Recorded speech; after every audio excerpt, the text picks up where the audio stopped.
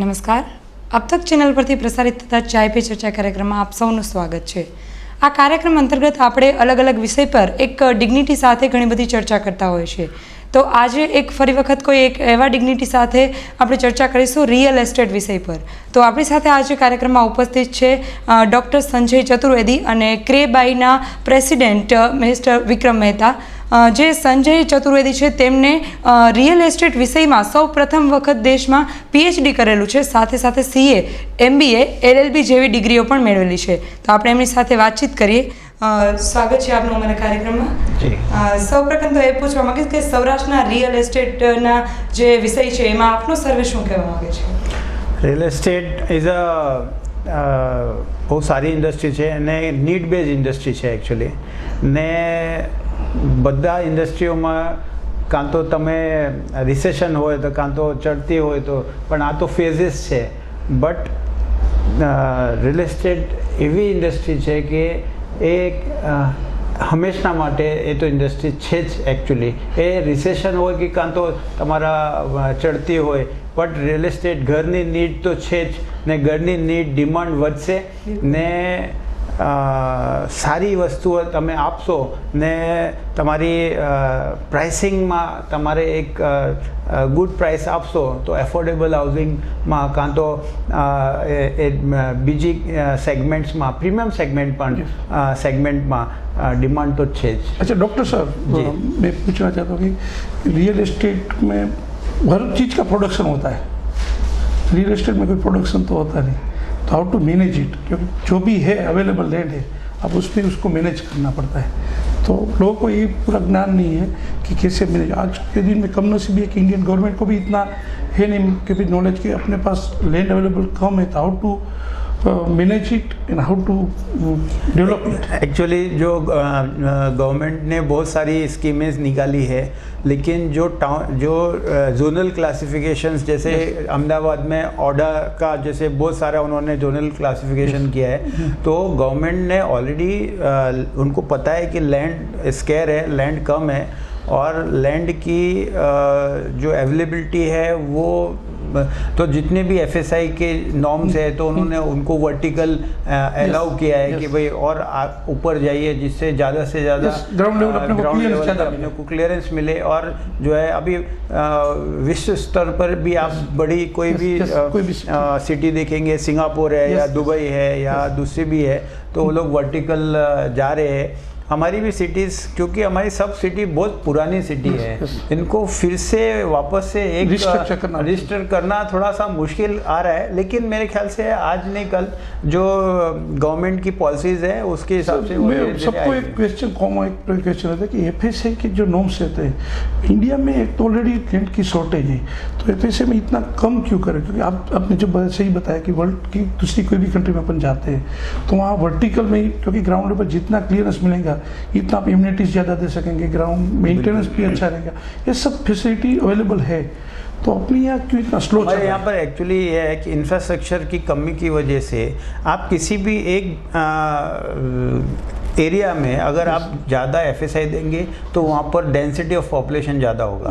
अब वहाँ उतनी गाड़ी आएंगी, उतनी सीवेज निकलेगा, उतना ही पानी आएगा, उतना ही पावर आपको चाहिए.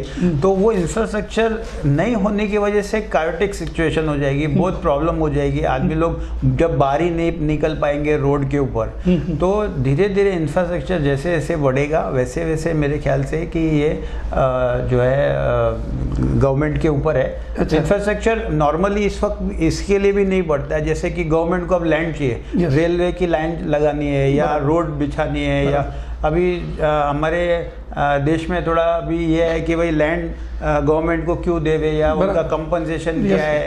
तो वो कुछ ऐसी समस्याएं हैं, लेकिन धीरे धीरे मेरे ख्याल से उसका हल कहीं ना कहीं निकलने ही वाला है. सर आप वेलकम પહેલા તો પ્રેસિડેન્ટ સાહેબને કે ખાસ કરીને રિયલ એસ્ટેટની માર્કેટ એમાં ખાસ કરીને બોમ્બે માર્કેટ છે, તો જે સાહેબે પણ હમણાં એક બહુ સારો એક પ્રકાશ ફેંક્યો કે જે રિયલ એસ્ટેટમાં ક્યાંક આપણે ઓર્ગેનાઇઝ કરવામાં ક્યાંક આપણે થોડા કચાશ પીડા છે, એની હિસાબે સ્લમ બધા ડેવલપ થયા, પછી રિહેબિલિટેશનના અત્યારે જે બોમ્બેમાં તો ઘણું બધું અત્યારે ડેવલપમેન્ટ ચાલી રહ્યું છે, ક્યાંક ગુજરાતમાં હજી થોડીક સ્લો ચાલે છે પ્રોસેસ. તો એની પાછળનું મેજર અમે જોઈએ છે અવેરનેસ લોકોમાં જે અવેરનેસ આવવી જોઈએ એક વસ્તુને બીજી સાથે માઇન્ડસેટ આપણે Yes. જે કહીએ બરાબર. એ હજી જ્યાં સુધી ક્લિયર ન થાય ને સાહેબ ત્યાં સુધી એ વસ્તુને મેચ કરવી. બોમ્બેમાં પણ 95માં ચાલુ થઈ બરાબર. ગયું SRD Yes. Originally Slum rehabilitation development હતી બરાબર છે. અને હવે SRA થઈ ગયું. બરાબર. પણ સાહેબ એ જે 95ની સ્કીમો થતા 6-8 વર્ષ શરૂઆતમાં લાગ્યા. અત્યારે પણ કોઈ પણ સ્કીમ બરાબર. SRA ની બનાવવા જઈએ તો 5 વર્ષ તો લાગે જ છે. બરાબર છે. કારણ કે એની એટલી બધી ફોર્મેલિટીઝ છે. કારણ કે ગવર્મેન્ટને બી જોવું છે કારણ કે કોઈ ખોટો વ્યક્તિ અને ન આપી દે અને સાથે સાથે લોકોને એનો હક મળે. એટલે બે વસ્તુને મર્જ કરવાનો કે મેચ કરવાનો જ્યારે માઇન્ડસેટ સેટ થાય તો જ આગળ વધે. ત્યાં આપણા દેશમાં 5 વર્ષે ઇલેક્શન આવે, નવી પાછી ગવર્મેન્ટ આવે. બરાબર. તો એના અને આના જૂની ગવર્મેન્ટ નવી ગવર્મેન્ટના પછી કાયદા કાનૂનોનો મેચ કરવો. ખરેખર પોલિટિક્સ આ વસ્તુને ક્યાંક ઓછી ટચ કરી જેવું કારણ કે એની ક્યાંક ગૂંચવણો આપણા ડેવલપમેન્ટને ક્યાંક અટકાવી રહી હોય એવું લાગી રહ્યું છે કે નહીં? પોલિટિક્સ કરતા હું એમ કહી શકું છું વિઝન. યસ. હું એને વધારે પ્રિવિલેજ કહી હાજી. પોઈન્ટ આપી કારણ કે પોલિટિક્સ તો ચલો બધાનું it's a different subject Yes. નથી.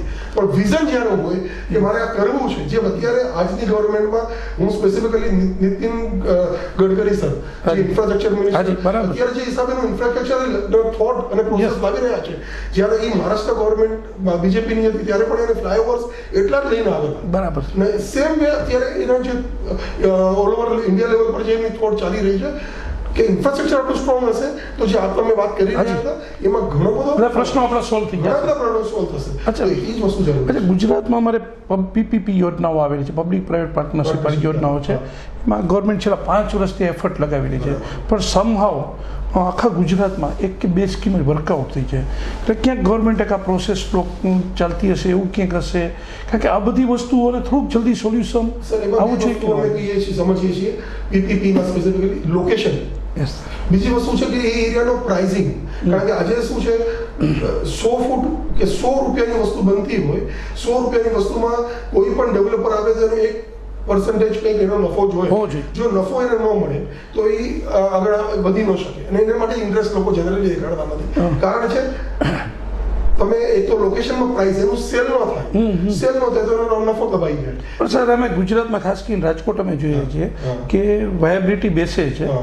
ડેવલપર્સને એની પેલા શિડ્યુલ કર્યા પછી, કારણ કે આ લોકોને ઝૂંપડામાંથી તમે એને શિફ્ટિંગ કરીને પાછું એને તમે જે આપો છો એફોર્ડેબલ હાઉસિંગ કરીને તમે આપો છો, અને છતાં બેસે છે કારણ કે સરકાર 3.2ની FSA સુધીની જગ્યા આપી છે, તો એ જગ્યામાં બેસે છે. પણ ક્યાંક સમાવ કે તમે જેમ કીધું કે પબ્લિકની અવેરનેસ ક્યાંક અટકતી હશે, પબ્લિક સામે જે ઝૂંપડામાં રહીએ છે એ પણ જલ્દી માઇન્ડસેટ નથી થતું, એ પણ એક રીઝન બને છે. ક્યાંક આપણી પ્રોસેસ છે અને ક્યાંક જે બિલ્ડરોને જે વિશ્વાસ ઊભો કરવાની જે જરૂર છે કે તંત્ર સાથે જોડાય, કારણ કે આફ્ટર ઓલ તંત્ર એને એકોમોડેટ કરશે તો ડેવલપર એ આવશે. બરાબર. એ આ બધાના સોલ્યુશન કેવી રીતે? કારણ કે તમે તો મહારાષ્ટ્રમાં ખાસ કરીને બોમ્બેમાં ખૂબ આ બધી વસ્તુમાંથી પસાર થયેલા. અમે જોયું છે 1995માં જ્યારે ગવર્મેન્ટ આ સ્કીમ લાવ્યા ને ત્યારે લોકોને ભરોસો નહોતો હા કે અમને અમારું કાઢી મૂક્યા પછી હાજી. અમારું ઘર મળશે કે નહીં. હા, બરાબર છે. એટલે સૌથી પહેલા જે રહેવા વાળાને પોતાને પર ભરોસો નથી બરાબર. ખાલી કરવા માટે. બરાબર. પહેલી વસ્તુ. બીજી વસ્તુ શું છે કે જે માઇન્ડસેટ હજી બી રિપીટ વાત કરજો હાજી. કરું છું કારણ કે એ લોકોને આ અપાર્ટમેન્ટ ગવર્મેન્ટ આપે છે ને એ હાજી. ખાલી કરીને પાછું બીજી જગ્યાએ વયા જાય છે. બરાબર.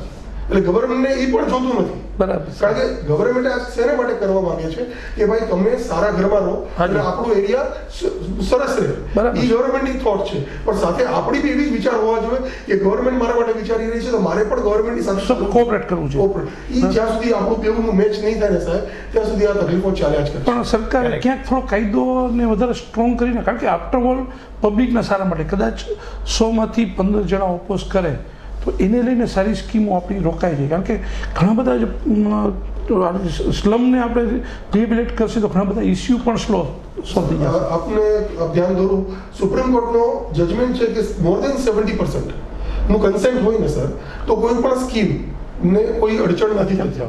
એટલે એ હિસાબે તકલીફ છે જ નહીં. કોઈ 2, 5, 10 જણા આખા પ્રોજેક્ટને અટકાવી નથી શકતા. સપોર્ટ ગવર્મેન્ટનો સાથે જોવે જ. કારણ કે આમાં પોલિટિકલ વિલ પણ એટલું જ ઇમ્પોર્ટન્ટ છે. બરાબર છે. બધી જગ્યાએ બધી વસ્તુ ભેગી થાય તો જ કામ થઈ શકે છે. અચ્છા સર, સુપ્રીમ કોર્ટની વાત કરી તો હમણાં સુપ્રીમ કોર્ટના ખાસ કરીને બિલ્ડરો ઉપર જે થોડીક વધારે પડતા નિયમો આકરા કર્યા છે, કન્સ્ટ્રક્શન કે ટાઈમ લિમિટમાં તમારે ડિલિવર કરવાનું, આ બધુંમાં ઘણી બધી ટેકનિકલ પણ ઇસ્યુ હોય છે. બિલ્ડરમાં ક્યાંક મજબૂરી હોય છે, એને કન્સિડર કરવી છે કે નહીં કે બધાને એક લાઠીએ તોલવા. આજે નવો કાયદો જેના સર માહેર છે સંજયભાઈ વેરા, રિયલ એસ્ટેટ રેગ્યુલેટરી ઓથોરિટી, જે ગવર્મેન્ટ ઓફ ઇન્ડિયા બધા ઉપર લાવી રહી છે અને બધા જ મહારાષ્ટ્રમાં તો 1 કે 2 મહિનામાં ઓલરેડી ઇમ્પ્લિમેન્ટ થઈ ગયું છે. એનો ઓથોરિટી અપોઇન્ટ મહિનામાં કદાચ થઈ જશે અને ચાલો ગુજરાતમાં પણ ઓલરેડી મેં સાંભળ્યું કે થઈ રહ્યું છે. તો એ જ્યાં સુધી એની લાવવાનું કારણ એ 2-3 વસ્તુના અમે લોકો consider as a broker fertility અમે લોકો વિચાર કરી રહ્યા છીએ કે સ્ટ્રીમલાઇન. કારણ કે અત્યાર સુધી શું થતું હતું, સારા ડેવલપરો તો હજી બી સારા જ છે, પણ જે 1 મકાન કે 2 મકાન બનાવવાના ડેવલપરો છે એ લોકોને તકલીફ એવી થતી હતી કે માલ વેચાય તો જ એ લોકો કન્સ્ટ્રક્શન કરી શકતા હતા. તો જે લોકોએ બિચારાએ બુક કરાવ્યું છે એ અટકી જતો હતો, રખડી જતો હતો, પ્રોજેક્ટ ચાલુ ન થાય. તો આજે પોતાની મહેનતના પૈસા, હું એમ નથી કહેતો બધા જ લોકો ખરાબ છે, નહીં, બધી જગ્યાએ 2, 5, 10% 15% રહેવાના. એ 15-20% સુધારવા માટે જ આ કાયદો છે. બાકી જેને સીધું કરવું છે એને માટે કાયદો બહુ સરસ છે સર. અને ઇવન એઝ એ બ્રોકર અમારી પર બી એ લોકોએ રિસ્ટ્રિક્શન મૂક્યા છે, પણ અમે એપ્રિશિએટ કર્યું. મેં તો પ્રાઇમ મિનિસ્ટર ઓફિસના અમે લોકોએ ગ્રેબાઈના બેનર થકી જાન્યુઆરી 2016માં પ્રેસ કોન્ફરન્સમાં અમે લેટર લખ્યો છે કે વી એપ્રિશિએટ ગ્રેબાઈ. આ સંસ્થા એપ્રિશિએટ કરે છે, જે પહેલી સંસ્થા ઓલ ઓવર ઇન્ડિયામાં છે અંડર સેક્શન 8માં. એનજીઓ અમારી સંસ્થા એનજીઓ છે અને અમે ઓલ ઓવર ઇન્ડિયા બેસિસ પર અમે એને માટે અત્યારે રાજકોટના RPCA ના અત્યારે જે પ્રેસિડેન્ટ બેઠા છે સાવંતભાઈ ગોરા, એને બી અમે થેન્કફુલ કહીએ છીએ. એમનું વિઝન સાચું, જે વિઝન એ અત્યારે જોડાયા. બરાબર છે. અત્યારે ગુજરાતમાં અમારી સાથે બરોડા, સુરત, બરોડા, વલસાડ, ભરૂચ, અમદાવાદ, બરાબર, રાજકોટ, આ બધા શહેર જોડાઈ ચૂક્યા છે. અને બીજા લોકો આજે બી સાવંતભાઈ મને કીધું ઓછામાં ઓછા 9 કે 10 શહેરો આવી ગયા છે અમારી સાથે જોડાવા. તો આ એક અમે કંઈ કરતા નથી, બધા સાથે કરીને કરીએ. એટલે એકચ્યુઅલી સર માર્કેટની ડિમાન્ડ હતી કે અત્યાર સુધી રિયલ એસ્ટેટ માર્કેટમાં ખાસ કરીને જે સેલર અને બાયર વચ્ચેની જે સ્થિતિ હતી, વચ્ચે જે પ્રોપર મિડલમેનો છે, એક બ્રોકરની જે વેલ્યુ ક્રિએટ થઈ છે, એમાં ક્યાંક કચાશ રહી ગઈ હશે અને લોકો એક સોલ્યુશન ગોતતા હતા. એ ક્યાંક ગ્રેબાઈ કંઈક આપ્યો હોય એવું ક્યાંક લાગ્યું છે. અમે જો ગ્રેબાઈ ફોર્મ કરવાનું, અમે ગયા વર્ષે ફોર્મ કરી છે ગ્રેબાઈને હજી 1 વર્ષ પૂરું થયું, 2 સપ્ટેમ્બર. 2 સપ્ટેમ્બર 2015 ગ્રેબાઈનું ફોર્મેશન થયું અને અમે ઓફિશિયલી માર્કેટમાં આવ્યા ઓક્ટોબર 5 ઓક્ટોબર 2015. બરાબર છે. 1 વર્ષની અંદર ગ્રેબાઈએ સર જાન્યુઆરી મહિનામાં પ્રેસ કોન્ફરન્સ કરી. ફેબ્રુઆરી મહિનામાં અમે લોકોએ બ્રોકિંગ કંપની, જે ઓનલાઈન બ્રોકિંગ કંપનીઓ છે, જે લોકો nobroker.com બ્રોકિંગ કરે જ છે પણ પાછા લખે છે કે નો બ્રોકર, એની સામે અમે CCIમાં કેસ ફાઇલ કર્યો. બરાબર છે. then afterwards continuously ગ્રેબાઈને લાયસન્સ, અમારું લાયસન્સ આવી ગયું ગ્રેબાઈનું government of India section 25 section 8માં. બરાબર. એટલા બધા શહેરો અમારી સાથે જોડાયા. આજે અમારી સાથે પૂના છે, નાસિક છે, આખા મહારાષ્ટ્રમાં મુંબઈના 17 એસોસિએશનો જોડાઈ ગયા છે. બરાબર. એક જ જગ્યાના બીજા 17 અને 9. બરાબર. 9 એસોસિએશન ખાલી મીરા રોડ કરીને એક લોકેશન, એનો 9 એસોસિએશન એક સાથે જોડાઈ ગયા. બીજા 17 એસોસિએશન જોડાયા મુંબઈમાં. કલકત્તા છે, કર્ણાટક છે, મધ્યપ્રદેશ છે. આજે બધું જોડાઈ જ રહ્યું છે અમારી સાથે. અને એની પાછળનું ઇન્ટેન્શન છે, અમે એક જ વિઝન રાખ્યું છે બધાએ ભેગા થઈને. કમિટી અમારી કમિટી એમ જ વિચાર્યો, એક જ લાઈન વર્ડ છે, બેટરમેન્ટ ઓફ પ્રોપર્ટી કન્સલ્ટન્ટ, પ્રોફેશનસી આવશે એમાં. અને બીજું અમે એક કોર્સ લઈને આવ્યા છે સરની અંડરમાં. સર જ મેઇન એના ગાઈડર છે અમારા, ક્વોલિફાઈડ રિયલ એસ્ટેટ બ્રોકિંગ, જેને માટે એક બ્રોકર. અમે એમ નથી કહેતા કે તમારે સૂટમાં રહેવું, અમે એમ નથી કહેતા કે તમારે ટી-શર્ટ, તમારી પાસે બ્રોકિંગ લાઈનનું નોલેજ છે કે નોલેજ હોય. તમે કોઈ પણ કાસ્ટ, તમે કોઈ પણ વ્યક્તિ, અમે કોઈ વ્યક્તિને જોતા નથી, કોઈ કાસ્ટ છે તો કોઈ ક્રીડને જોતા નથી. અમે ખાલી એટલું કહીએ છીએ, આપનું નોલેજ.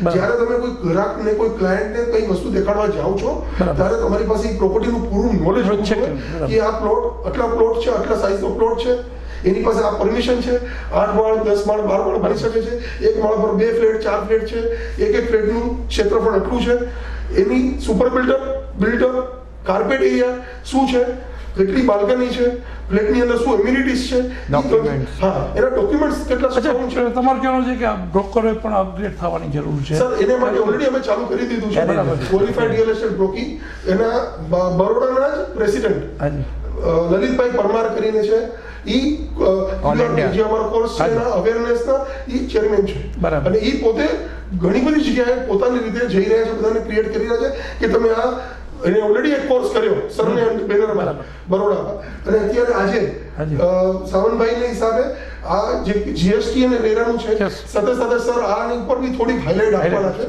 જેથી આઈડિયા આવે અહીંયાના બ્રોકર ભાઈઓને કે આપણે એજ્યુકેટ થશું તો ફ્યુચરમાં આપણા આપણે માટે safe છે. સરળતા રહેશે. બરાબર.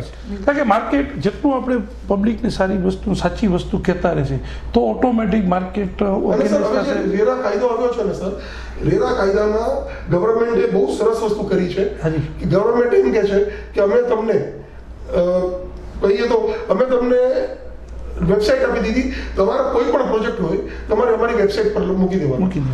વેબસાઇટ પર તમારો આખો પ્રોજેક્ટ એમ્યુનિટીઝ સાથે, એટલે કોઈ પણ ડેવલપર બિલ્ડર કોઈ બી વસ્તુ બ્રોકર પણ ખોટું નહીં બોલી શકે, બરાબર. કરેક્ટ. જેથી એ વસ્તુ જે વેબસાઇટ પર છે એ જ બોલવાનું છે. એ ગવર્મેન્ટ અમે લોકો અપ્રિશિએટ કરીએ છીએ આ ભાઈ બેનરની અંદર, અને આપના સહયોગથી આ જે ચાન્સ મળ્યો છે હું એને એપ્રિશિએટ કરું છું એઝ અ પ્રેસિડેન્ટ કે આ ગવર્મેન્ટે બહુ જ સરસ સરસ step વસ્તુ લીધું કરી છે. છે. અને આજે ઇન્ટરનેશનલી તમે જાઓ સાહેબ, અમે સરની સાથે અમે લંડન, અમેરિકા, દુબઈ બધી જગ્યાએ જઈએ છીએ, ઓસ્ટ્રેલિયા, ત્યાં આગળ બ્રોકરની જ વેલ્યુ છે. રાઈટ. જવાબદારી બ્રોકરની હોય છે કે બ્રોકરે નક્કી કરવાનું કે આ પ્રોજેક્ટ બધો જ અપ ટુ ડેટ છે કે નહીં. બરાબર. જવાબદારી બધી બ્રોકરની છે, લાયસન્સ બ્રોકરની છે. અત્યારે અમે જાન્યુઆરી મહિનામાં પ્રાઇમ મિનિસ્ટર ઓફિસે લખ્યું હતું હાજી. કે આજે નાના એલઆઈસી એજન્ટને, બરાબર. શેર બ્રોકરને બધાને તમે લાયસન્સ લાઈસ આપો છો તો why not. Why not to property જે Yes. રેવન્યુ અર્નિંગમાં બરાબર. મેક્સિમમ છે આજે પ્રોપર્ટીમાં. આજે સ્ટેમ્પ ડ્યુટી રજિસ્ટ્રેશનના જે ટ્રાન્સફર અમાઉન્ટ મળે અને છે. એનાથી મોટું સાહેબ વસ્તુ એ છે કે જે કોઈ માણસ મકાન ખરીદતો હોય છે કદાચ એની લાઈફમાં પેલું ને છેલ્લું છેલ્લું કરે, હા. બરાબર, તો આજે એને પણ કોઈ એને પછી પાછળથી કોઈ અફસોસ ન રહે, એટલે તમારે નોલેજેબલ કરવો એને બહુ અને જરૂરી અમે છે. આ બેનરની અંદર અમારો મોટો રહેશે કે અમારી ફરજ રહેશે રાધર કે અમે અમારી સાથે જેટલા જોડાયા એસોસિએશનો જોડાઈ રહ્યા છે અને જેટલા જોડાઈ રહ્યા છે અમે એ બધાને આહવાન આપીએ છીએ આવો જોડાવ, કારણ કે એક જ ટાઈમ 11,000 રૂપિયા અમે ફીસ લઈએ છીએ બરાબર. એસોસિએશનની. કોઈ મેમ્બરની ઇન્ડિવિજ્યુઅલ ફી નથી અને વન ટાઈમ છે, કોઈ વર્ષે રિન્યુઅલ નહીં, કંઈ જ નહીં. બરાબર. અને અમારી જે બેનર જે કોન્સ્ટિટ્યુશન છે Right. કે ભાઈ કોન્સ્ટિટ્યુશનની અંદર તમે રહીને તમે જેટલું બી મદદ કરી શકો બરાબર. એટલી મદદ કરો. અધરવાઇઝ સેન્ટ્રલ કમિટી જેમાં સર લીગલ સેલના હેડ છે, બરાબર. હું છું, મારી સાથે મારા સેક્રેટરી આવ્યા છે રવિ શર્મા સાહેબ. બરાબર. રવિ શર્માજી બી એટલા જ ઇન્ટેલિજન્ટ અને નોલેજેબલ છે. અમારા બધાને 25-30 વર્ષ આ લાઈનના નોલેજ છે, અનુભવી ચૂક્યા છે બરાબર. કે શું તકલીફો થઈ રહી છે. અને રવિ પણ ટેકનિકલી બહુ સાઉન્ડ છે, ઓહો. પેપર વર્કમાં એની માસ્ટરી છે, બરાબર. અને બીંગ અ સેક્રેટરી એની જે જવાબદારીઓમાં વ્યવસ્થિત ખરો ઉતરે છે. અચ્છા. આજે અમારા માટે ઘણી પ્રાઉડ મોમેન્ટ છે કે તમારા બેનર તળે રાજકોટના એસોસિએશન અમે આ મેસેજ બીજા બધા લોકો Public સુધી પહોંચાડીએ છીએ આપણે. જોડાવ તમે જોડાવશો, તમારા સાથે અમારો ને તમારો બધાનો જ ફાયદો છે, આપણા ગ્રાહકોનો ફાયદો છે, નવા ગ્રાહકો મળશે આપણને. Subsection B says, represent that the promoter or himself has approval or affiliation with such promoter or himself does not have, or make false misleading representative concern the services. मतलब वही कि अगर कोई चीज़ आपको देनी नहीं है, स्विमिंग पूल है, गार्डन है, ये जिम्नेशियम है, अगर आपने नहीं दिया तो वो मिसरिप्रेजेंटेशन में आएगा. Liabilities, very important. Liabilities में ऐसा है, permitting the publication of any advertisement whether in any newspaper or otherwise, or services that are not intended to be offered. Developer को जब भी लाइसेंस देंगे तभी उन्होंने एक ऐसा डॉक्यूमेंट मांगा है लाइसेंस अथॉरिटी ने कि आप इस पर्टिकुलर प्रोजेक्ट में कितने ब्रोकर्स काम करने वाले. तो जो डेवलपर है, बिल्डर है, वो एक सीडी देगा अथॉरिटी को कि सर ये जितने ब्रोकर इसमें लिस्टेड है ना, ये सब मेरे इसमें है. तो जब भी बायर प्रोजेक्ट में खरीदेगा तो वो वेबसाइट पे जाके आपका नाम लिखेगा कि ये XYZ प्रोजेक्ट में आप ब्रोकर एफिलिएटेड हो कि नहीं हो। मान लीजिए कि आप एफिलिएटेड नहीं है, तो डेवलपर है ना, आपको कमीशन देने से ना बोल सकता कि सर ये तो मेरा एजेंट ही नहीं है, आप देखो मेरा वेबसाइट पे। तो जो चैनल पार्टनरशिप होती है, जब भी प्रोजेक्ट लॉन्च होता है या प्रोजेक्ट का लाइसेंस हम लोग लेते हैं, तो आप ये निश्चित तौर पे देखिए कि आपका नाम डेवलपर के प्रोजेक्ट में लिस्टेड है कि नहीं, और अगर नहीं है तो फिर तो हम लोग क्या कर रहे हैं, जैसे अभी क्रेबाई में हम लोग क्या कर रहे हैं कि सारे एसोसिएशंस के सारे मेंबर्स का पूरा डायरेक्टरी बना रहे हैं। तो डेवलपर को हम लोग सीधा एक सीडी देने वाले हैं, ले भाई ये 15,000 ब्रोकर है, ये सब तेरा काम करने वाले। तो किसी भी ब्रोकर का नुकसान होने की कोई संभावना ही नहीं है, और सारे ब्रोकर्स एफिलिएटेड वो पर्टिकुलर प्रोजेक्ट में हो जाएंगे। Facilitate the possession of all the information and documents as the allotee is entitled to at the time of booking of the plot। मतलब जितना इंफॉर्मेशन वो बायर को मिलना चाहिए उसको मिलना ही चाहिए। आप कोई भी इंफॉर्मेशन छुपा नहीं सकते। भाई बिल्डिंग को हाइट रिस्ट्रिक्शन में आ गई है, पर वो उसने अपना केस फाइल किया है बिल्डर में कि भाई मेरे को इतना हाइट नहीं, इतना हाइट चाहिए, लेकिन फिर भी आपने वो माला बेच डाला। मतलब सीसी आपको 7 माले का मिला है और टावर है 12 माले का, तो आपने 11 माला बेच दिया। तो अगर सीसी नहीं है, मतलब कमेंसमेंट सर्टिफिकेट नहीं है, तो बिल्डर और नई ब्रोकर दोनों में से कोई भी बिना सीसी के फ्लैट नहीं बेच सकता। जो इन्वेस्टर्स है उनके लिए ये नुकसानदेह है। और डेवलपर के ऊपर उन्होंने सेक्शन डाला है, सेक्शन 13 सब सेक्शन 1, 10% के ऊपर अगर आपको पैसा मिल गया है तो आपको एग्रीमेंट करना लाजमी है, आपको एग्रीमेंट करना ही पड़ेगा। नया चलन चालू कीजिए कि 1% नहीं, कम से कम 2% तो हम लोग को ब्रोकर लोग को मिलेगा।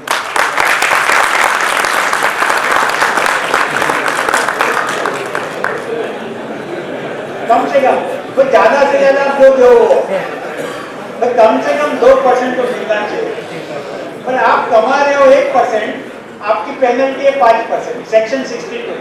आप कमा रहे हो 1%, और अगर कुछ मिस्टेक हो गया, कहीं कुछ प्रॉब्लम हो गई, तो आपको आपके जेब से 4% और देना पड़ेगा। तो sometime it is not advisable. तो अगर राजकोट बिल्डर एसोसिएशन या क्रेडाई हमारी कुछ बात सुने, हमने तो बोला ही है क्रेडाई को बहुत सारे मंच पे कि कम से कम 1-2% का एक थ्रेशोल्ड लिमिट हमको 1-2% का करके दीजिए, तो नया एक चलन चालू है, नया हौसला आवे, नया कुछ इंसेंटिव मिले, तो आप बोलो वो हम लोग चीज बेच के आवे। ऐसा હું આપ લોકોને ખાલી એટલું જ કહીશ, ક્રેબાઈમાં જોડાઓ। ક્રેબાઈમાં જોડાવાથી કોઈનું નુકસાન નથી થવાનું, બધાનો જ ફાયદો થવાનો છે। ફરીને વી આર સોલ્જર ઓફ ક્રેબાઈ, આ બધી ટીમ ક્રેબાઈની સોલ્જર છે। અને જે QRB જે સર આપને ગાઈડ કરી રહ્યા છે સંજયભાઈ, ક્વોલિફાઈડ રિયલ એસ્ટેટ કન્સલ્ટન્ટનો જે કોર્સ છે, એ કોર્સ કરવો અમારી અત્યારે કોશિશ ચાલુ છે। જેટલા બી સ્ટેટ લેવલના હાઉસિંગ મિનિસ્ટર છે એને અમે કન્વિન્સ કરી રહ્યા છીએ કે આ જે કોર્સ છે એને જે સવાલ જવાબ છે એને એ લોકો લાયસન્સની સાથે મર્જ કરે, એટલે ભેગું કરે।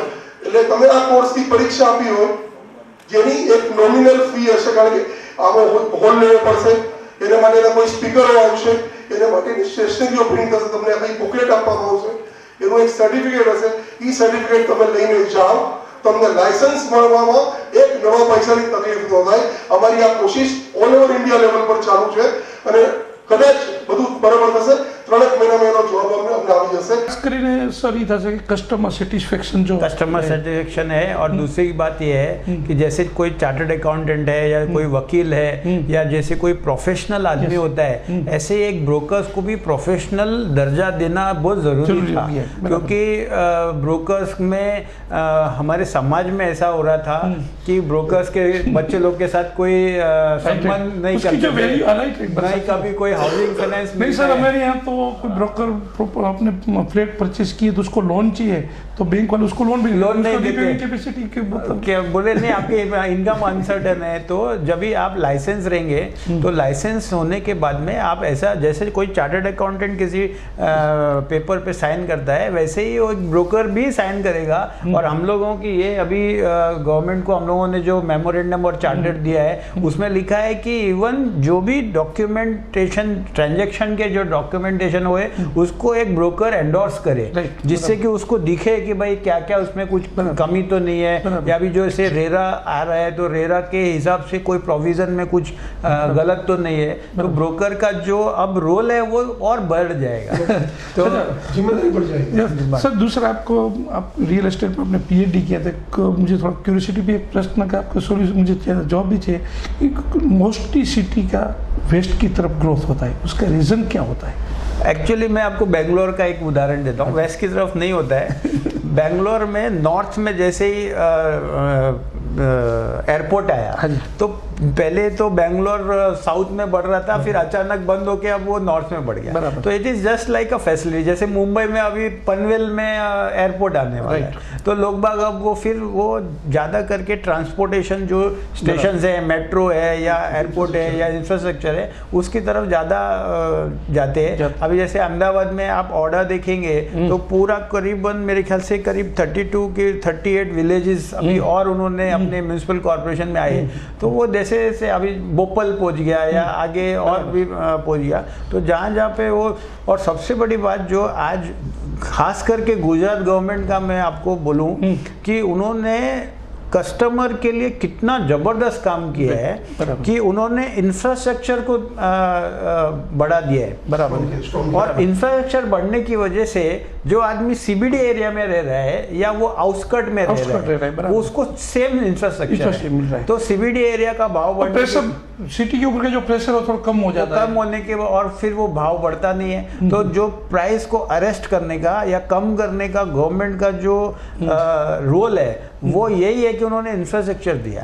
तो जो आदमी CBD एरिया में रह रहा है, अंदर सिटी सेंटर में रह रहा है या वो आउटस्कर्ट में रह रहा है, उसको सेम रेट में जो है रियल एस्टेट मिल रहा है। अच्छा। और उसका कारण ये है कि इंफ्रास्ट्रक्चर बहुत अच्छा है। सर टैक्सेशन की बात आती है जी, तो रियल एस्टेट वाले को गवर्नमेंट भी एक अलग नजर से देख रहे हैं कि वो ज़्यादा उसको ब्लैक मनी के ज़्यादा टैक्सेशन का वेट कर रहा है। वो सब जो हर बार कोई भी रेड आती है तो पहले बिल्डर को टारगेट कर रहे हैं, तो ये सब चीज़ क्यों होती है? क्योंकि मैं आपको बताऊं, हमारे पहले टाइम में ऐसा था कि रियल एस्टेट में बहुत सारा कैश और चेक का ट्रांजैक्शन होते थे, लेकिन अब ऐसा नहीं है। उसका कारण है कि अभी बहुत रिसेंटली, जैसे अभी लास्ट यूनियन बजट में ही उन्होंने सेक्शन 80 IB में बोला है कि अगर आप अफोर्डेबल हाउसिंग यूनिट बनाते हैं 40 स्क्वायर मीटर या 60 स्क्वायर मीटर, आपका पूरा का पूरा प्रॉफिट ही माफ है। बराबर। तो आपको पूरा बिल्डर बोले जब प्रॉफिट माफ है तो मेरे को कैश और चेक देने की जरूरत नहीं है, तो वो सामने से चेक ही मांगने वाला है। तो ये सब गवर्नमेंट की पॉलिसीज है जो धीरे धीरे, अब क्या है कि इतने सालों से, इतने दशकों से जो चल रही है, वो धीरे धीरे अब ठीक होगा। तो ऑफ कोर्स, लेकिन आपकी तरीके से ऐसा होना चाहिए, स्ट्रक्चर को थोड़ा सिंप्लीफाइड करने की जरूरत है। उसका कारण ये है कि हमारे देश में लगभग 500 ऐसे एक्ट है जो रियल एस्टेट को गवर्न करते हैं, और एक लीगल रिफॉर्म होना बहुत ज़रूरी है। अब धीरे धीरे होएगा, जैसे जैसे लोग बाग कहेंगे। रेरा आने के बाद में कुछ हद तक थोड़ा क्लियर हो जाएगा, लेकिन मेरे को लगता है अभी भी बहुत सारी चीज़ करने की बाकी है। अच्छा, आप GST में क्या? GST बहुत अच्छी चीज़ है। एक्चुअली मैं आपको बताऊं, GST होने की वजह से गवर्नमेंट ने जो टैक्स रेफरेंडम लेके आए है पूरे हिंदुस्तान भर में, और जो कॉम्प्लेक्सिटी थी वैट की, उसकी वो सब खत्म होगी, और रियल एस्टेट में उसका असर होने की संभावना कम है, क्योंकि GST सिर्फ वैट और सर्विस टैक्स को रिप्लेस करने वाली है। तो जो होगा वो खाली परसेंटेज ऑफ टैक्स के ऊपर है। बराबर। जितना वैट है या सर्विस टैक्स है उसके ऊपर वो GST आने वाली है। मेरे को लगता है थोड़ा सा 1-2% का फर्क पड़ेगा, अदरवाइज कुछ बहुत ज़्यादा डिफरेंस होने की जगह। अच्छा सर, जो रियल एस्टेट की बात आती है, कोई गवर्नमेंट अथॉरिटी रहती है, टैक्सेशन की बात आती है, कॉर्पोरेशन लेवल आता है, म्यूनिसिपलिटी होती है, तो वो लोगों के साथ, बिल्डर के साथ, क्योंकि बिल्डर का एवरी अब देखो कि हर मोहल्ले से आपको उसका स्ट्रक्चर चेंज होता है, कंस्ट्रक्शन, ये सब मायने रहते हैं, लेकिन गवर्नमेंट एक ही हिसाब से देखती है। उसका जो टैक्स लेने की आती है तो वो क्यों, उसका कुछ सॉल्यूशन क्यों है? तो कारपेट के हिसाब से आप फिक्स रेट करवा ले तो नहीं, देखिए गवर्नमेंट का तो हक है टैक्स लेने का, वो तो सवाल ही नहीं है, और तो उनका, लेकिन ये जो जस्टिफिकेशन तो होना भी जरूरी है ना। नहीं, मल्टीपल टैक्सेशन जो है वो एक्चुअली मैंने हमारे जो टैक्स सर्कल में हम लोग ये सोच रहे थे कि जीएसटी अगर आ गई है तो स्टैम्प ड्यूटी जो है वेव ऑफ हो जाना चाहिए था कि स्टैम्प ड्यूटी, जो कि अगर आप सब इनडायरेक्ट टैक्स को आप उसमें ले, जैसे ऑक्ट्रॉय गया, वेट गया, दूसरे भी सब चले गए, तो अगर वो गए तो उनको स्टैम्प ड्यूटी को भी खत्म कर देना चाहिए था। मेरे ख्याल से ये थोड़ा सा ज़्यादा है, क्योंकि हमारे यहाँ तो स्टैम्प ड्यूटी के अलावा 32 का भी वो चल रहा है, आपको मालूम होगा 32 जी बराबर। उसमें ऐसा क्यों है? पहले आप डॉक्यूमेंट कर ले तो उसी टाइम आप जो भी करना है कर लो, बाद में 10 साल 15 साल बाद आपको कस्टमर को नोटिस भेजते हो। ऐसा क्यों? इतनी एक तरफ आप बोल रहे हो कि आपको आगे बढ़ना है जी, पर फिर भी आप रिवर्स चले जाते हो। देखिए गवर्नमेंट की धीरे धीरे पॉलिसीज बढ़ने, एक्चुअली जो जब जीएसटी जब आई थी तो हम लोगों को यही लगा था कि अभी ये जो जितने भी मल्टीपल टैक्सेशन है, लगभग 18 से 20% तक टैक्स एक टैक्स पेयर चुकाता है जब वो घर खरीदता है, तो लगभग कभी वो 6% आपकी स्टैम्प ड्यूटी हो गई। अभी ये जैसे जीएसटी आएगी तो वो लैंड का पोर्शन अगर आप निकाल दिए 60%, तो 40% का जो उसके ऊपर वो लोग 18% लगाएंगे, तो वो भी लगभग 6 के 7% या 8% होगी, जो इस वक्त जो है 3.5 या 4% ही, जैसे सर्विस टैक्स आती है या वेट आती है 1% या वॉटेवर। तो मेरे को लगता है कि गवर्नमेंट को इतना कॉम्प्लेक्स नहीं करके एक छोटा सा सिंप्लीफाइड कर देना चाहिए कि भाई एक घर लिया तो इतना टैक्स दे दे, खत्म हो गया, तो एंड थोड़ा ट्रांसपेरेंसी आ जाए। સર મને એક પ્રશ્ન તમને પૂછવાનું મન થશે કે રિયલ એસ્ટેટની વાત આવે ત્યારે બધા પોલિટિશિયન, ગુંડા લોકો બધા આવી જાય આ બધી વસ્તુમાં as a developer, as a estate consultant, કારણ કે આપણે બ્રોકર ઘણી વખત નાનો શબ્દ લાગે છે, તો કન્સલ્ટન્ટનું, કારણ કે આ બધી વસ્તુઓમાંથી કેવી રીતે ફેસ, તમે તો બોમ્બેમાં ખૂબ નજીકથી આ બધી વસ્તુઓ જોયેલી હશે। સર મુંબઈમાં નહીં, હવે તમે ગમે ત્યાં જાઓ, આજે પહેલાં શું હતું સાહેબ કે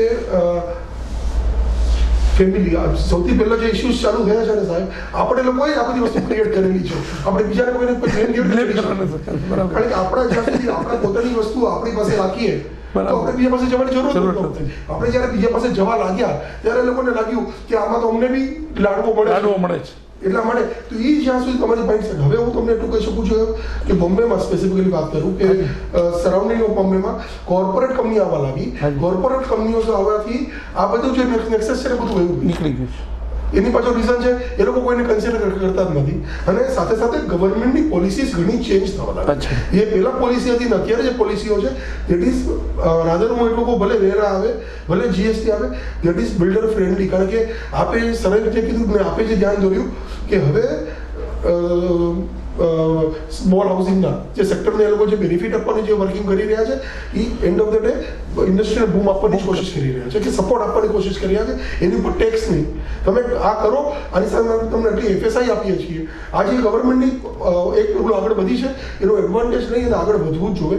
ખાલી એક છે યસ, એવી હું સમજી શકું છું ડેવલપર સાઈડથી કે એ લોકોને બિચારાઓને અમને જ કહે છે જા હું કરું છું, એ છે વેચી ના, બરાબર, જ્યાં સુધી ઇન્ફ્રાસ્ટ્રક્ચર ન મળે ત્યાં સુધી વસ્તુ વેચતા તકલીફ પડે છે, થોડોક સમય લાગે છે।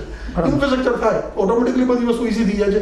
જેમ અમદાવાદનું સરે કીધું, અમદાવાદમાં મને ખબર છે સાહેબ 15 વર્ષમાં મોદી સાહેબે 1 ring road, 2 ring road, 3 ring road, 4, 5 જે કર્યું, 6થા રિંગ રોડથી સ્ટેશન આવવું અને પહેલા રિંગ રોડથી સ્ટેશન આવવું બધું સરખું જ થઈ ગયું, બરાબર છે। તો આજે જે રાધાર એવું થઈ ગયું કે બહારના એરિયામાં આઉટસ્કર્ટમાંથી વધારે કમ્ફર્ટેબલ તો સિટીની બહાર જવા લઈ ગયા છે। એ જે વિઝન હતું, યસ, આ વિઝન જો લઈને બધા આવશે તો એનો એડવાન્ટેજ 100% બધાને મળશે, અને હવે એ બધા લાવી જ રહ્યા છે। કારણ કે હવે શું થયું છે સર, એજ્યુકેશન, નોલેજ વધતું ગયું છે, અવેરનેસ વધતી ગઈ છે, તમારા જેવા મીડિયાવાળાઓ અમને બધાને સપોર્ટ આપે છે, જેથી આજે અમે આવ્યા છે। ક્રેબાઈની આખી કમિટી છે, અને હું આજે સ્થળથી હું એટલું કહી શકું છું આરપીસીએને થેન્ક યુ, કારણ કે ક્રેબાઈની જનરલ બોડી મિટિંગ અહીંયા થઈ રહી છે આરપીસીએના સપોર્ટથી, અને અમે લોકો એને પ્રિવિલેજ સમજીએ છીએ કે રાજકોટ અમારી સાથે જોડાયું છે। अच्छा सर, आपने पूछिस कि ફ્યુચર રિયલ એસ્ટેટનું કેવું હશે આપની દ્રષ્ટિએ કેવું હશે? सर रियल एस्टेट जो है इतना ज़बरदस्त सशक्त इंडस्ट्री है, मेरे ख्याल से आपको पता ही होना चाहिए कि third largest after agriculture and manufacturing जो लोग अब जुड़ने चालू हो गए रियल एस्टेट से, तीसरा लार्जेस्ट एम्प्लॉयर है रियल एस्टेट। और अगले 50 साल तक तो मेरे को नहीं लगता कि ये रियल एस्टेट में मंदी आने वाली है, क्योंकि कितना देखिए, जिसको घर चाहिए वो 1 BHK में रह रहा है वो बोलेगा मेरे को 2 BHK चाहिए, जिसको 2 BHK में रह रहा है वो मेरे को पेंट हाउस चाहिए, ताजमहल चाहिए ना, वो डिज़ायर कम नहीं होती। तो वो कम तो होने वाला नहीं है। और जितना आप फैसिलिटी देंगे, जितना अच्छा आप बेटरमेंट देंगे, उतना वो डिमांड बढ़ने ही वाला है। तो मेरे को थोड़ा ठीक है, फेज कभी होता है, हर जगह हर इंडस्ट्री में होता है, आगे पीछे थोड़ा रिसेशन थोड़ा चढ़ती, लेकिन ये जो कांस्टेंट एक करंट है डिमांड का, वो रहने ही वाला है रियल एस्टेट में। और जितना आप बनाएंगे उतना खप जाएगा। अच्छा सर, તમને મારો છેલ્લો એક પ્રશ્ન પૂછવાનો મન થશે કે સાહેબે જેવી રીતે વાત કરી કે રિયલ એસ્ટેટમાં આવતા 50 વર્ષ આખું વિચીને ચાલવા જેવું છે, કોઈ બેક પાછળ જોવાની કોઈ પ્રશ્ન નથી આવવાનો, પણ નાના માણસ અને ખાસ કરીને જે લોકોને આ ટેન્શન રાખે, માણસને અત્યારે નાનું સિટી હોય કે મોટું સિટી હોય, પોતાનું ઘર હોવું એક ડ્રીમ હોય છે, તો એમાં વધારે વધારે સારી રીતે નાનામાં નાનો માણસ કેવી રીતે થઈ શકે, એના માટે ટેકનોલોજી અને કોસ્ટ કટિંગ કેવી રીતે કરવું છે? સર, જે આપણે લોકોએ પહેલા આપણે વાત કરી રહ્યા હતા, ગવર્મેન્ટ જે નવી સ્કીમો લાવી રહી છે સ્મોલ હાઉસિંગની બહુ ચીપર છે. ત્યાં અમારે જેમ તમારે અહીંયા આગળ ગેડા છે, અમારે ત્યાં આગળ માળા છે મહારાષ્ટ્રમાં, એ જે ગવર્મેન્ટની જે સ્કીમો છે, આજે સારા સારા એરિયામાં જ્યાં આગળ 35 થી 40 હજાર રૂપિયા કાર્પેટનો ભાવ ચાલે છે, એ એરિયામાં ગવર્મેન્ટ 15,000 રૂપિયા કાર્પેટના ભાવ આપે છે. તો એનો લોકોનું થોટ છે કે અમારી લેન્ડની જે કોસ્ટ છે, અમે એને રેકનર વેલ્યુ જે આપણે જંત્રીને હિસાબે કેલ્ક્યુલેશન કરીએ છીએ, એ જે કેલ્ક્યુલેશનથી અને કન્સ્ટ્રક્શન ક્વોલિટી જે પહેલાં થતી હતી અત્યારે થાય છે, ઘણો ફરક છે, બિકોઝ લોકોની અવેરનેસ વધી છે. તો એ 100% ગવર્મેન્ટનો સાથ સહકારથી જ આગળ વધી છે. સર, સરકારે હજી FSIનું ખરેખર જે રીતે બીજી બધી કન્ટ્રીમાં છે, ક્યાંક એને વધારે ઓપન કરવાની જરૂર નથી કે એને શા માટે હવે, કારણ કે પછી ટેકનોલોજી બધું છે, તો 1.2ની FSI હોવી જોઈએ, 2 જોવી જોઈએ, 2.5 જોવી જોઈએ, ક્યાંક એને થોડુંક આપણે એની પાછળ સૌથી પહેલા સર માઇનસ પોઈન્ટ થાય છે આપણું ઇન્ફ્રાસ્ટ્રક્ચરનું. જ્યાં સુધી તમારી પાસે, જેમ સરે કીધું પહેલા સ્ટાર્ટિંગમાં, infrastructure, road, sewage, water connection, electricity, એ બેઝિક જે નીડ છે, એ જો જ્યાં સુધી આપણે આપી ન શકીએ, FSI વધારવાથી, કારણ કે ગવર્મેન્ટને તો એમાં ફાયદો થવાનો છે, જેટલું કન્સ્ટ્રક્શન વધશે એટલું પ્રીમિયમ મળવાનું છે ગવર્મેન્ટને, પણ ગવર્મેન્ટ સાથે એ પણ વિચાર કરતી હોય કે આ જ્યાં સુધી એ લોકો આ ન આપી શકે તો એ વસ્તુ આપીને મતલબ નથી.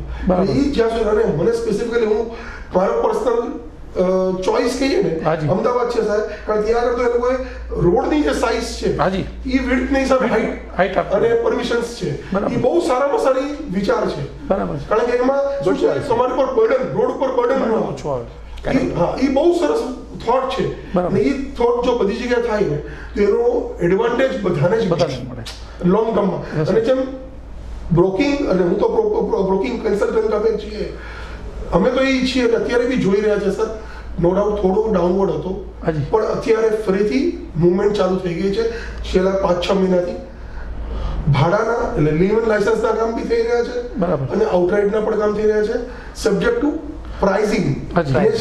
બાયર ઉભો જ છે, બરાબર છે, એ બાયર તૈયાર જ છે, ખાલી તમારે એને સરખો ભાવ, સરખી વસ્તુ. અચ્છા, એમાં ક્યાંક સાહેબ આપણે ઓવર સપ્લાય હતી અથવા માલ એબ્સોર્બ થઈ ગયો હશે એવું તમને લાગી રહ્યું છે? 100% ઓવર સપ્લાય હતી, ત્યાં આગળ એબ્સોર્બ થવાનું રીઝન હતું સ્લો, માર્કેટ સ્લો થઈ ગઈ, નવો માલ નથી આવતો, એટલે જે જૂનો માલ છે એ ધીરે ધીરે ડાયલ્યુટ થવા લાગ્યો, અને એ એડવાન્ટેજ બધાને માટે થયો, કારણ કે જે નવા પ્લેયર છે એને બી કોમ્પિટિશન ઓછી નડશે, જૂનો પ્લેયર છે એ નોર્મલ થતો ગયો, અને બાયરને પોતાની વસ્તુ મળતી ગઈ પોતાના ભાવમાં. Thank you. करेक्ट.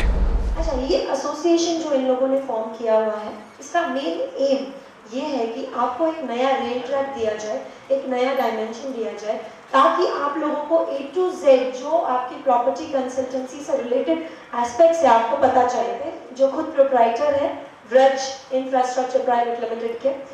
सो सबसे पहले तो मैं उनसे रिक्वेस्ट करूंगी कि संजय जी प्लीज आइए और हमारे साथ ये मंच शेयर कीजिए. ક્લે બાય ઇન્ડિયા 15,000 મેમ્બર્સનો ગ્રુપ છે એક્રોસ ઇન્ડિયા. અહીંયા જે લોકો આવ્યા છે એમના માટે ગોલ્ડન ડેટ છે.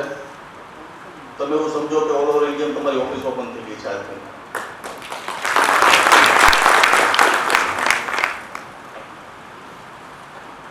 તમારા મિત્રોને બોમ્બેમાં પ્રોપર્ટી લેવી છે, અમદાવાદમાં લેવી છે, બરોડામાં લેવી છે, તો તમને બરોડાનું એસોસિએશન હેલ્પફુલ થશે, બોમ્બેનું એસોસિએશન હેલ્પફુલ થશે.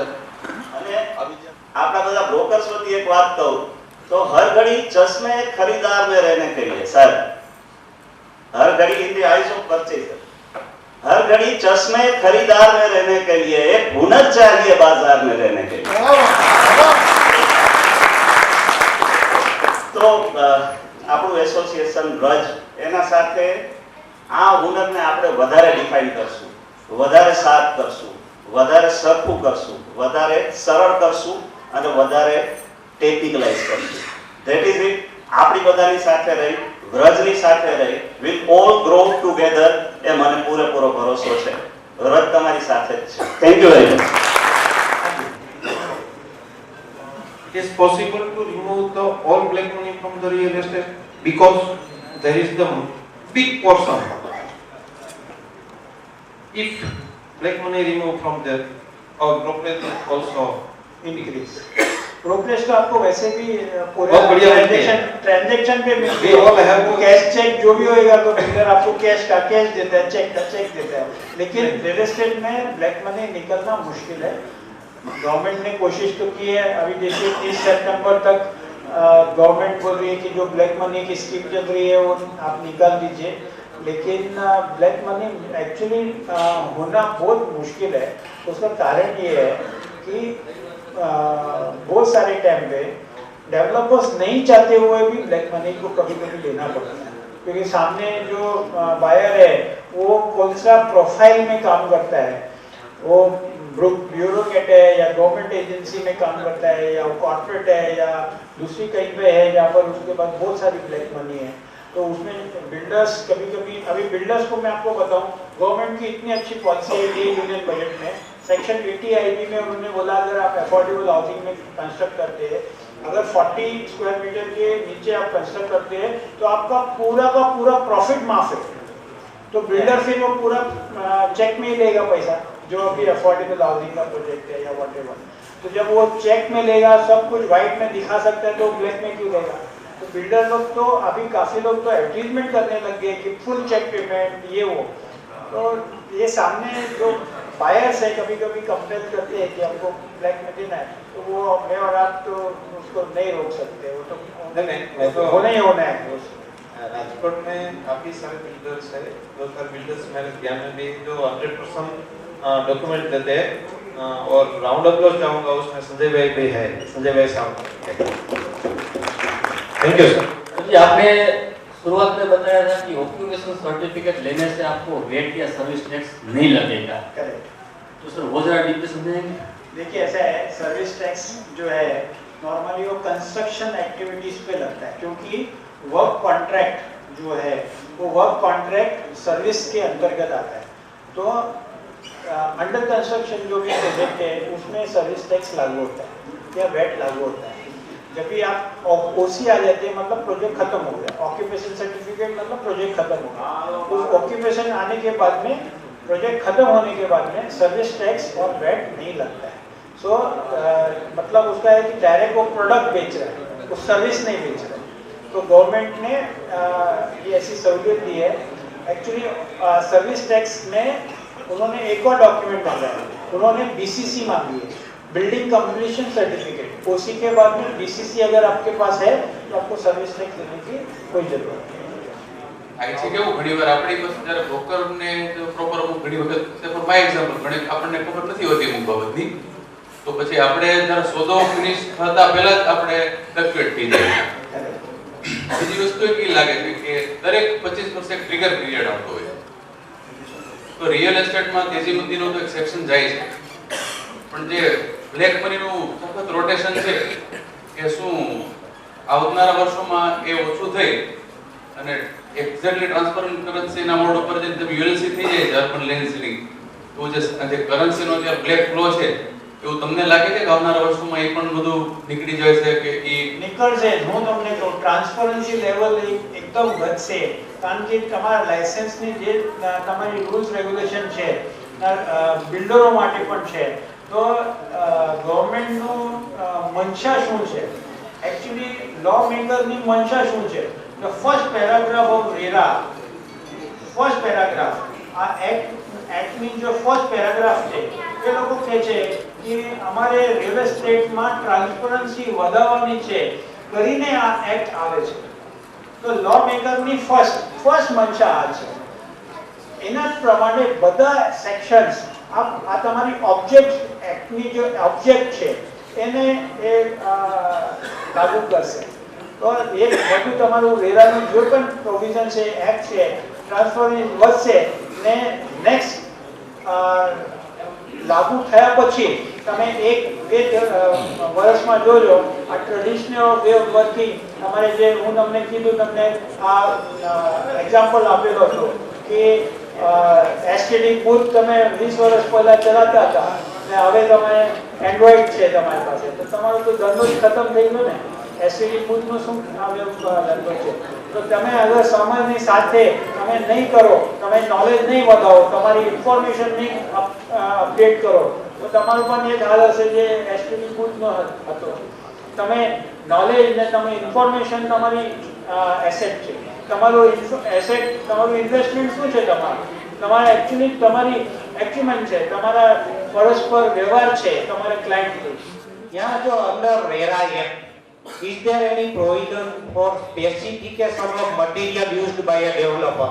जैसे नेशनल बिल्डिंग कोड का स्पेसिफिकेशन है. बिल्कुल है, क्योंकि रेरा में जो उन्होंने बोले कि जो building specifications local self government जो भी म्यूनिसिपल कॉर्पोरेशंस के रूल्स के हिसाब से जो उन्होंने किया है, प्लस बिल्डिंग मटेरियल्स के ऊपर इंडियन ब्यूरो ऑफ स्टैंडर्ड्स का जो स्टैंडर्ड है या सीमेंट का स्ट्रेंथ है या कौन सी ग्रेड की सीमेंट है, उसको भी उन्होंने प्रोविजन फॉर किया हुआ है.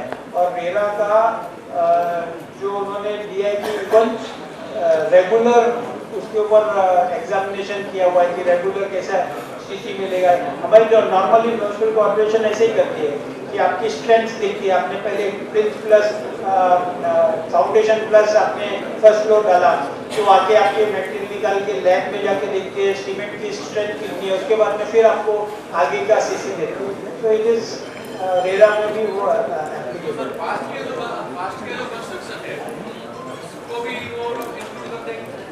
पास के कंस्ट्रक्शन को भी इंक्लूड करते हैं. वही मैंने बताया कि जितने भी प्रोजेक्ट रेरा अथॉरिटी के आने के बाद जितने भी प्रोजेक्ट आपके उस वक्त लागू है, मतलब जिनको सीसी मिल गया है, वो अंडर कंस्ट्रक्शन प्रोजेक्ट में लागू होंगे और आपको वो लाइसेंस लेना जरूरी है.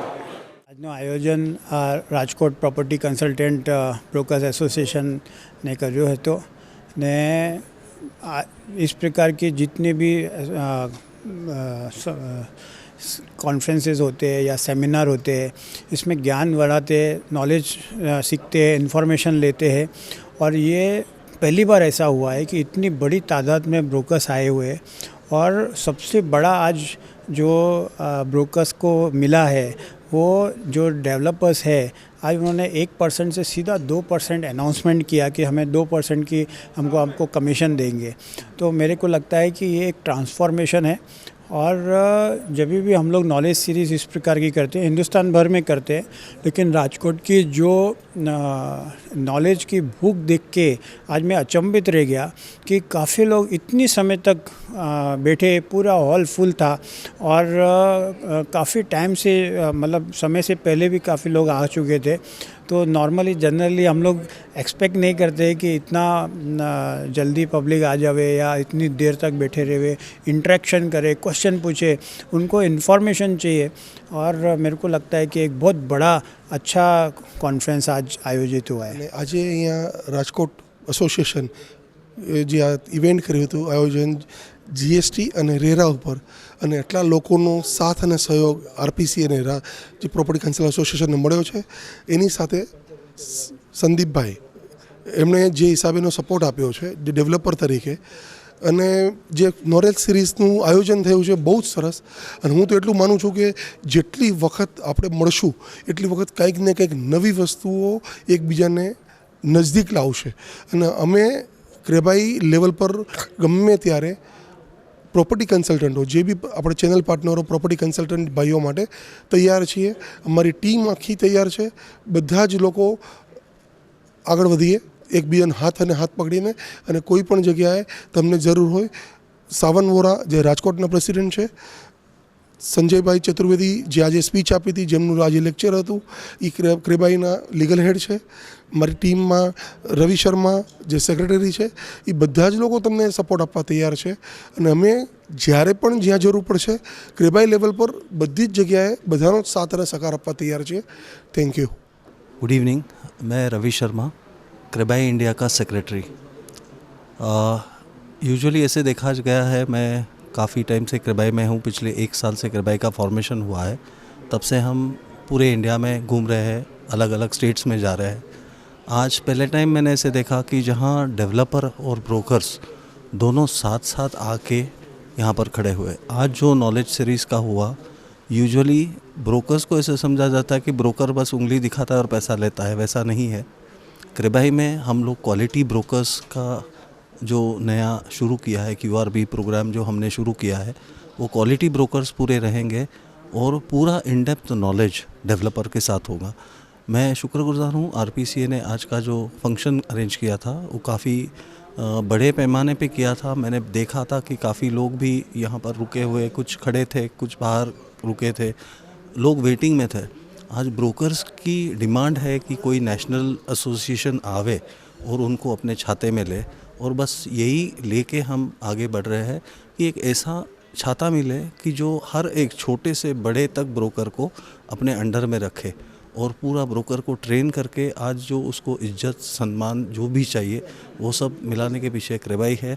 हमारे साथ साथ गुजरात के करीबन 8 से 9 एसोसिएशंस है. महाराष्ट्र से हमारे पास करीबन 20 एक एसोसिएशंस है. उसके साथ साथ में कलकत्ता, दिल्ली, बेंगलोर, कर्नाटक स्टेट में, राजस्थान स्टेट में और मध्य प्रदेश स्टेट में भी धीरे धीरे हम लोग आगे बढ़ रहे हैं. मैं यही कहना चाहता हूँ कि आजू बाजू के सौराष्ट्र में के जो भी एसोसिएशंस है, जैसे जामनगर है, भावनगर है, जूनागढ़ है, इन सब लोग आए, एक साथ मिले और एक छत के अंदर सब काम करें. बी टुगेदर, ग्रो टुगेदर, ये हमारा मोटो है. Thank you.